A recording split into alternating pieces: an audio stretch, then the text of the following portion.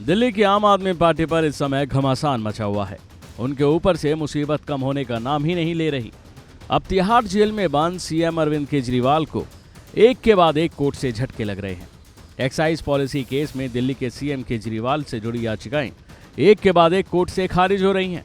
एक दिन पहले ही दिल्ली हाई कोर्ट ने केजरीवाल की एक याचिका को खारिज किया था, जिसमें दिल्ली सीएम ने गिरफ्तारी का विरोध किया था। अब राउस एवेन्यू कोर्ट ने उनके वकीलों संग मुलाकात बढ़ाने वाली याचिका को भी खारिज कर दिया है।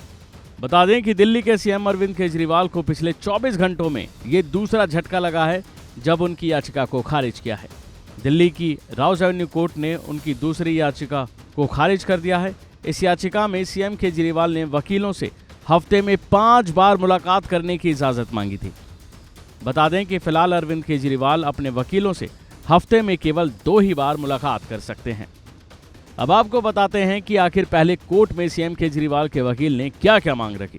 कोर्ट में सीएम केजरीवाल के वकील की ओर से कहा गया कि उनके खिलाफ कई कोर्ट में 35 से 40 मामले चल रहे हैं। इसके लिए उन्हें अपने वकीलों के साथ ज़्यादा समय गुजारने की जरूरत है। किसी भी केस को समझने और रणनीति बनाने के लिए 1 घंटा काफ़ी नहीं रहता, और ऐसे में उनका ये बुनियादी अधिकार भी है। कोर्ट में वकील ने यह भी तर्क दिया कि संजय सिंह के केस में उन्हें 3 बार वकीलों से मिलने की इजाज़त दी गई, जबकि उनके खिलाफ 5 से 8 केस चल रहे थे।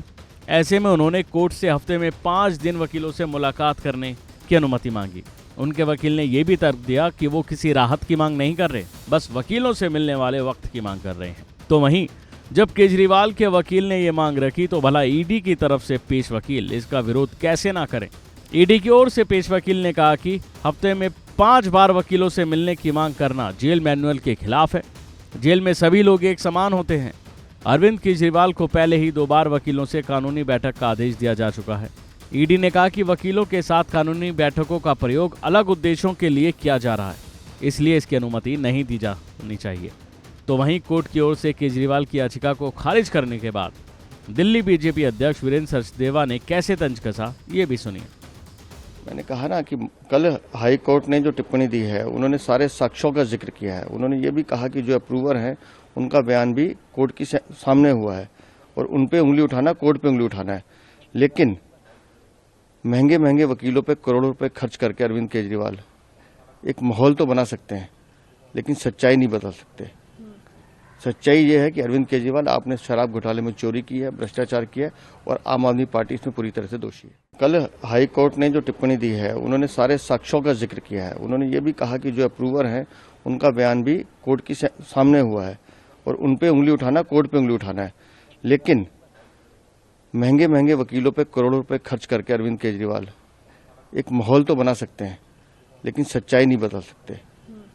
सच्चाई ये है कि अरविंद केजरीवाल, आपने शराब घोटाले में चोरी की है, भ्रष्टाचार किया है, और आम आदमी पार्टी इसमें पूरी तरह से दोषी है। अभी के लिए फिलहाल इतना ही। खबरों में बने रहने के लिए देखते रहिए वन इंडिया हिंदी।